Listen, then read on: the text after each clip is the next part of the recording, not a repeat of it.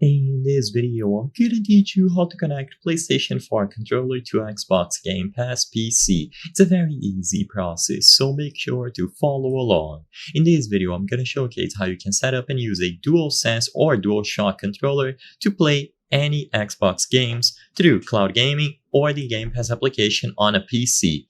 So usually, the PlayStation controller will have trouble working on these games because the inputs will not be detected. So what you have to do is download an additional program that is going to run on the background, minimized, to properly translate the PlayStation controller inputs into Xbox controller inputs. This tool is DS4 or DS5 Windows. I'm going to assume that you already have your controller connected to your PC, but if you don't, go ahead and either use a cable or Bluetooth by pressing and holding the PlayStation and share button simultaneously for a few seconds.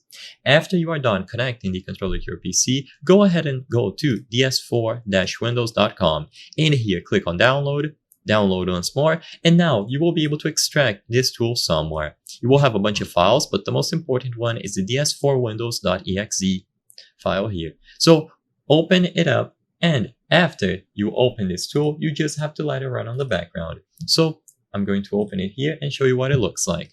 As you can see, you will have main tabs at the top, and the most important ones are going to be controllers and profiles. All that you have to do now is choose the option to start. If you installed the driver that appeared when you opened the tool for the first time and you click on start, your controller will be detected. So in this example here, I have a DualSense controller, but of course it is going to be the same with the DualShock. So click on start. If the controller is connected to your PC, either through USB, like you can see here on the status, or Bluetooth, it is going to appear.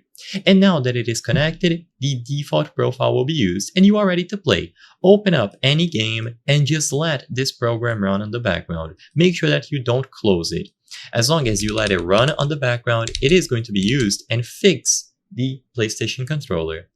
You can make custom profiles, so if you switch over to the profile tab, you can create new profiles and change every single button, but the default one will be enough to play any game available on Game Pass on your PC.